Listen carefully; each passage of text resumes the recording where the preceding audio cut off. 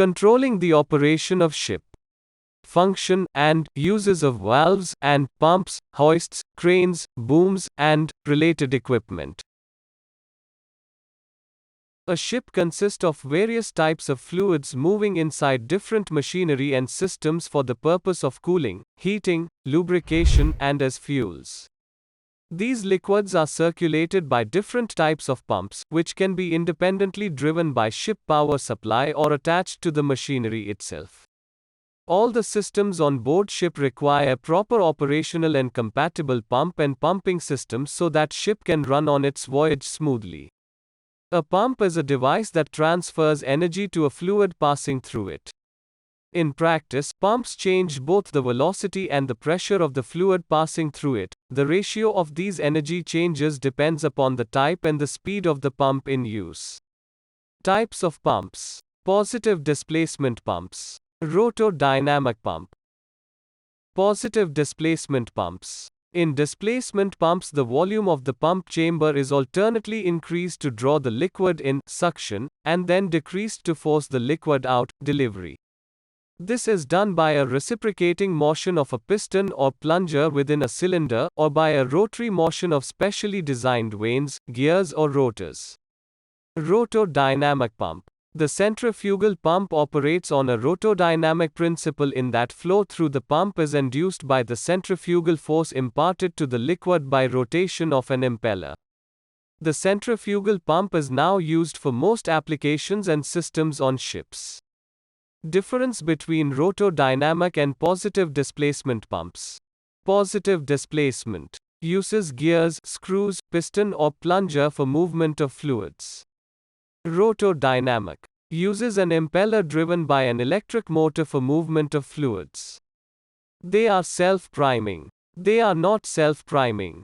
High discharge pressure, low discharge pressure comparatively, low discharge rate, high discharge rate. Cannot be started with discharge valve shut. Can be started with discharge valve shut. Needs a relief valve fitted on the discharge side. Relief valve not required. Positive displacement pumps is further divided into reciprocating pump and rotary pumps. Reciprocating pump, plunger or piston type. A reciprocating pump has to and fro motion provided by a direct acting steam-driven piston, or through mechanisms that convert rotary motion to reciprocating motion. Due to fluctuating motion of the piston, the delivery and pressure is not steady. To improve the overall performance, the pump is arranged as double acting and fitted with an accumulator, air vessel, on the discharge side of the pump to achieve a near steady pressure. Reciprocating type pumps are suitable for delivering smaller quantities of liquids at high pressures. They are self-priming and can handle high suction lifts. However, their construction is complicated and uneconomical except for limited applications. Rotary type. Screw pump. This type of a pump contains two shafts. Each shaft has two screws, one right-hand and other left-handed. The screws are driven in phase by timing gear, unlike the gear pump in which one gear drives the other. This ensures that correct clearance is maintained between the screws. This avoids overheating and a possible seizure. When the screws rotate, their close relation to each other causes small pockets in the helices. These pockets move axially and have the same effect as a piston moving constantly in one direction. This type of a pump has suction sides on the outer ends from where the liquid is drawn into the screws and pumped inwards to discharge into the pump outlet.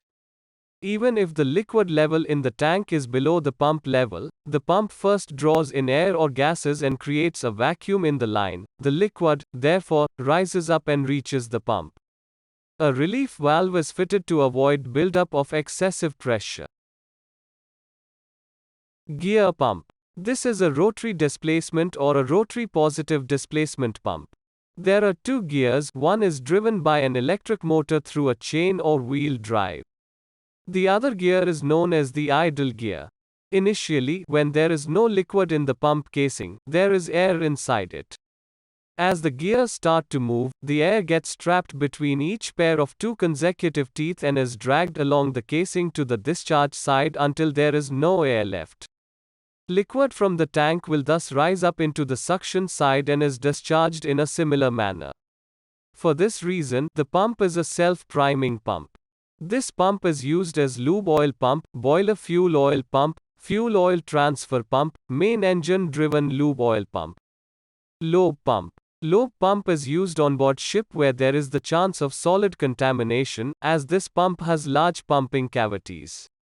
The lobe inside the pump does not get in contact. Application: lube oil scavenging pump and lube oil circulating pump. Vane pump. Vane pump is pumped whose vane is flexible and can extend and retract when rotating on the shaft within a large circular cavity. The shaft is off center from the pump casing, causing eccentricity. On the inlet side, the vane extends and therefore increasing the area to allow for suction, and on the discharge side, the vane retracts, causing the discharge. Rotodynamic pumps. Centrifugal pump. Centrifugal pumps are most common type of pumps on board ships. Almost all of the pumps on board for seawater or fresh water are of centrifugal type. They come in various sizes and arrangements of flow and stages and design of impellers and casings. This type of a pump contains a rotating impeller with a stationary casing. The impeller consists of curved vanes. There is an opening, eye, at the center, from where the liquid is drawn into the pump. The impeller is connected to an electric motor by means of a shaft. The impeller rotates at a very high speed. Fluid is thrown outward by the blades due to centrifugal force. The high-velocity fluid is collected in a specially shaped volute casing, where some of the kinetic energy is converted into pressure energy. The fluid under pressure now leaves the impeller, producing a drop in pressure behind in the eye of the impeller.